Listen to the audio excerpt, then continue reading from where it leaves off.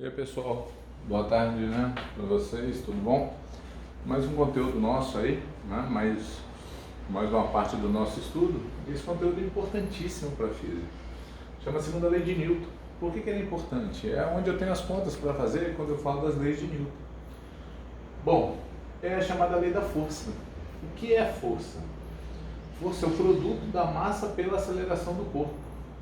Produto quer dizer que é multiplicação. Então a minha equação da segunda lei de Newton é essa: força igual a massa vezes aceleração. Alguns detalhes importantes, né? A unidade de força é o Newton, a unidade de massa é quilograma e a unidade de aceleração que a gente já conhece, metros por segundo ao quadrado. Uma outra força também muito conhecida da gente, é a força que nunca some, está presente em todos os corpos, é a força peso, né? Esse P aqui significa então peso. Peso nada mais é do que a massa vezes a gravidade. Massa vezes a aceleração, né? Gravidade. Quanto a gente usa de gravidade? Não vamos esquecer que na fase que a gente está, a gravidade vai ter um valor arredondado, né, de 10 metros por segundo ao quadrado. Sabemos que na realidade não é esse valor, mas a gente arredonda, deixa um número inteiro, né, sem os seus decimais, que é para facilitar os cálculos, né? Mas acontece que a equação não é só essa. Eu ainda tenho muitos cálculos a fazer. Então vou colocar situações agora que empregam a segunda lei de Newton. E principalmente quando a gente fala de blocos. Essa situação é importante, né? Vou até colocar aqui, ó, quando eu falo de blocos.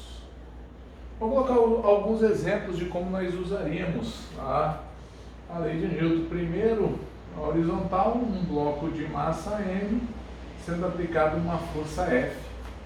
Qual seria a minha equação nessa situação? A equação seria simples: F igual a M vezes A. No exemplo 2, vamos dar uma melhorada no exemplo 2.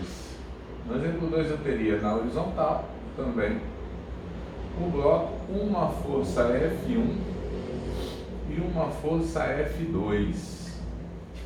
Repara que propositalmente eu fiz a seta maior de F1 para indicar que é a maior força e F2 é menor. Para que lado que o bloco iria? Então ele iria para esse lado, nesse sentido. Mas com quanto que ele iria? Repara que eu tenho uma força contrária à força F1. Então sempre eu vou fazer a maior menos a menor força.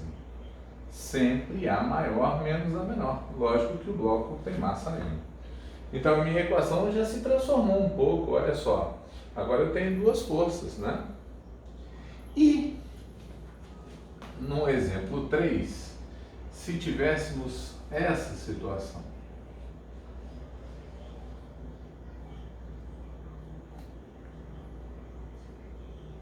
M1 e M2. Como ficaria a minha equação? Bom, a equação seria F igual a M1 mais M2 vezes A. Então eu somo as massas e multiplico pela aceleração. Já se transformou também, né?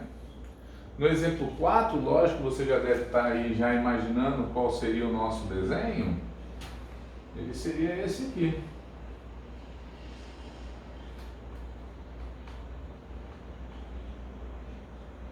M1, M2 e uma força F2. Para que lado iria e com quanto iria, né? Então é sempre a maior menos a menor força. Se eu já vou fazer F1 menos F2, mas são duas massas, então seria M1 mais M2 vezes A.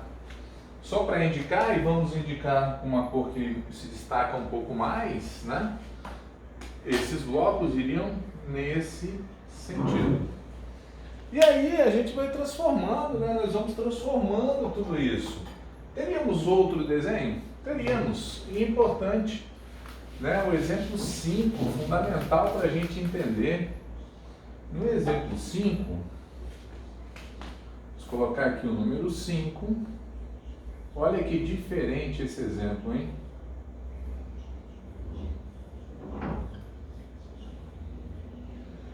Bloco 1, bloco 2. Quais são as forças que estão atuando nos blocos? Isso é importante. Repara que o bloco 1 ele está pendurado, está suspenso. Então eu tenho uma força para baixo chamada de P1. Sempre eu vou ter o peso, nunca some. Então no bloco 2 eu também tenho uma força chamada de P2. A reação do apoio da superfície, reação da superfície de apoio, é uma força para cima, chamada de normal. Normal é a reação do peso? Não. Normal é a reação da superfície de apoio aonde o bloco está apoiado.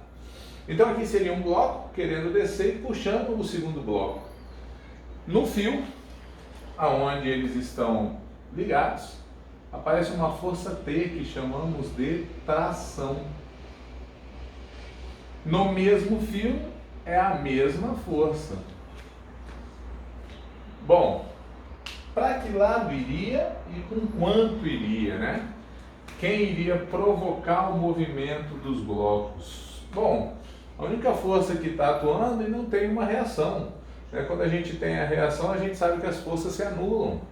Então a minha equação, que originalmente era essa aqui, F igual a M vezes A, nesse exercício ficaria P1 igual a M1 mais M2 vezes A. Lembrando que se eu quero calcular o P1, quem vai ser o P1? Massa 1 vezes a gravidade. Então esse seria o exemplo número 5. Muito bom da gente guardar, né? E qual seria o exemplo número 6 então? Esse aí é para finalizar essa nossa explicação das forças, de como elas atuam nos blocos, né? O número 6, ele seria um pouco mais complexo. Vou colocar aqui número 6 e ele seria dessa forma.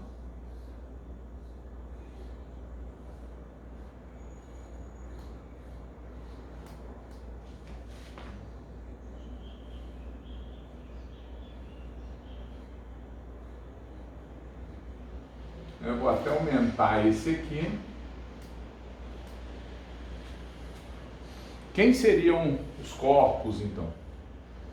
1, 2 e esse aqui é o 3. Quando vamos fazer um exercício sobre leis de Newton, a primeira coisa que a gente faz é colocar as forças que atuam nos blocos, para depois a gente começar o nosso cálculo. Então vamos colocar as forças que estão atuando ali no desenho. Então no corpo 1 eu já sei que eu tenho P1, no corpo 2 eu tenho P2, lembre-se que ele está apoiado, então surge uma reação chamada de normal para cima, vimos nesse desenho aqui. No corpo 3 surge então o peso 3. Novamente, né, você pode se perguntar, por que não tem a força normal no 1 e no 3? Porque não estão apoiados. Normal é a reação da superfície de apoio. Por isso que eles não aparecem no número 3. Vamos colocar as forças, então, de tração, porque eu tenho os fios. Olha, nesse fio que liga 1 ao 2, eu tenho T1. E aqui também é T1, né? É o mesmo fio. Mas quando eu vou entre 2 e 3, é um fio diferente. Então, chamaremos de T2. Chamaremos de T2. Essas são as forças que atuam nos 3 blocos que estão aí. Eu já fiz propositalmente o 1 maior que o 2, para a gente associar que o peso 1, né, que a massa do corpo 1 é maior que a massa do corpo 3. Então, como é que ficaria a nossa conta? Então, a nossa conta ficaria, a nossa equação, melhor dizendo, ficaria P1 menos P3. Por que P1 menos P3? Porque eu sempre faço o maior menos o menor. P1 menos P3 igual, são 3 blocos, somaremos então as 3 massas vezes a aceleração. Então eu não esqueço, né? Vou até melhorar aqui, ó. P1 menos P3, M1 mais M2 mais M3 vezes A. Então essa seria a minha equação quando eu faço a associação desses 3 blocos aí, para que eles se movimentem de acordo com a terceira lei de Newton.